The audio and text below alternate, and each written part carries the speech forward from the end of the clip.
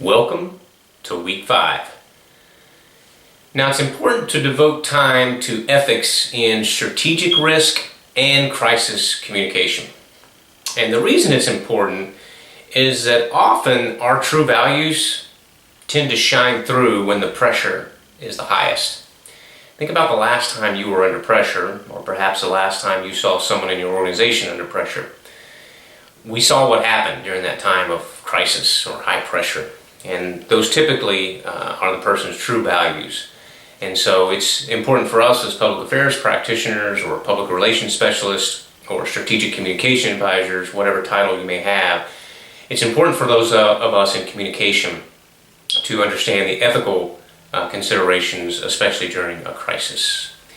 All right, chapter 6 of our text, Fitzpatrick, explores the elements of corporate trust, truth, transparency, and examine how responsible public relations professionals can assist corporations in working through a crisis, restoring trust after a crisis, and maintaining that trust for the long term. Now again, it doesn't matter whether we call it an emergency, a crisis, a contingency, the principles are still going to be the same. Your author says that truth alone is not sufficient today for a trusting relationship, and I agree. In fact, truthfulness must be combined with transparency. There's that transparency word again that we talked about last week. You have to have it as a communication expert. The organization needs it in order to survive. And then your author offers this advice, saying that the most effective crisis response is to identify the real cause of the crisis and correct it. Okay? Something bad happens one time, you may be forgiven for it. If it happens again, chances are it's going to be much harder to get that forgiveness. And if it continues to happen, meaning you're not a learning organization, not the type of organization that has leaders that can learn lessons, apply those lessons, and prevent it from happening again, then you have an issue. And no amount of communication can cover that up or make that any better. All right, chapter 8 from Fitzpatrick. We learned that responsible risk communication calls for effective, continual, expert, and honest communication, especially about the risks and the best way of responding to or preventing or mitigating each one. Now, I'm going to pause here and I'm going to make a recommendation. Ask yourself and ask the organizational leaders where you currently serve, do you have a risk contingency plan? Does that plan include a communication plan? If not, this might be a great opportunity to develop one based upon the things that we'll learn during this term. Finally, in chapter 8, I'll just mention that there's a balance that's going to have to be made between the public's right to know, sometimes their need to know, and the prevailing interest of the corporation. In the military, this happens, of course, especially when we're dealing with military operations or classified information. But our overarching principle in public affairs is maximum disclosure, minimum delay. In other words, we tell as much as possible as soon as possible. That is our going-in argument. The exceptions would only be if it were classified information. And even then, sometimes I've been successful in getting information declassified if I feel like the public has a right or a need to know, or it's just in the best interest of the organization. And then, of course, military operations sometimes need to be protected in order to not put our troops or our service members in harm's way. And media are, for the most part, very understanding of that. All right. One of our articles this week is from Bowen.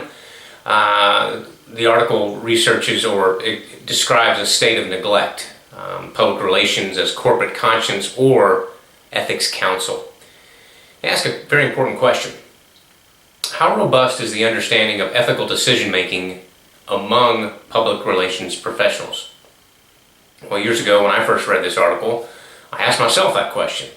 And I have to confess that I'm not sure I really had a good understanding of the ethical decision-making among public relations professionals.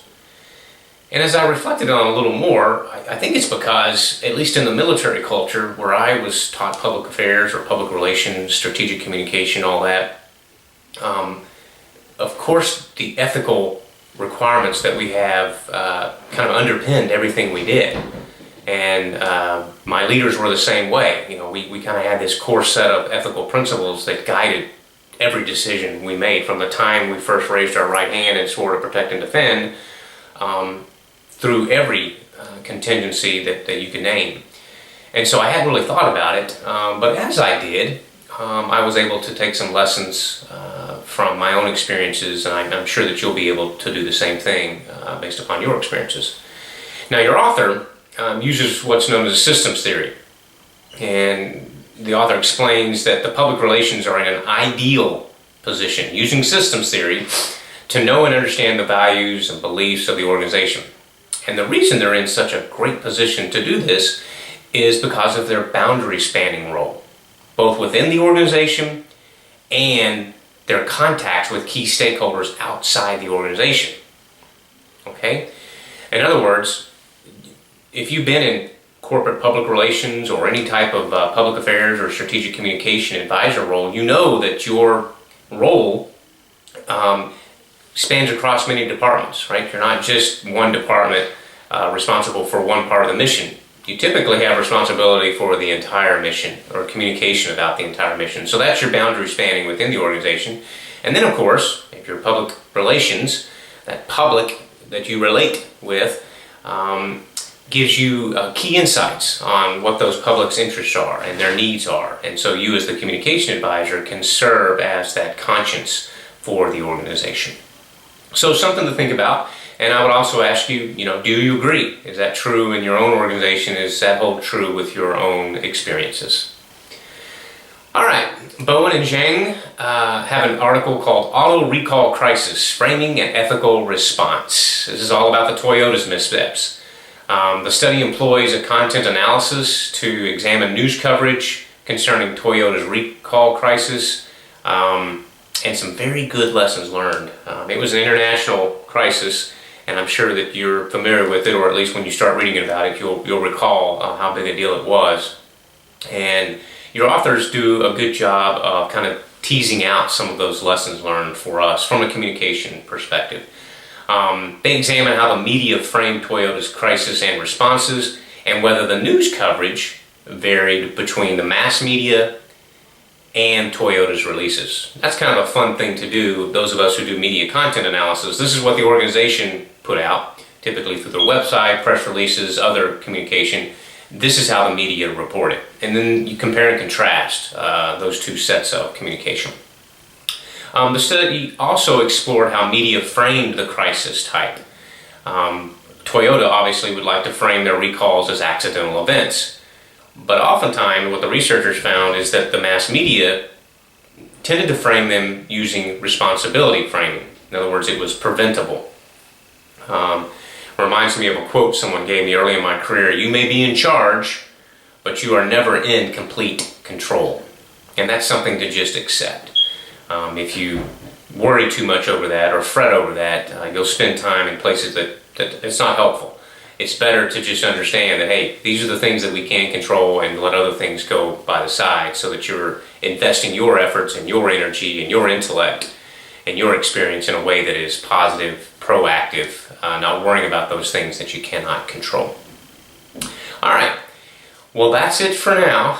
Another week 5, a little over halfway there. Congratulations. Stay focused, and I'll give you the same advice I do every week. Stay ahead with your assignments, stay engaged in the discussion post, and most importantly, enjoy your time of learning.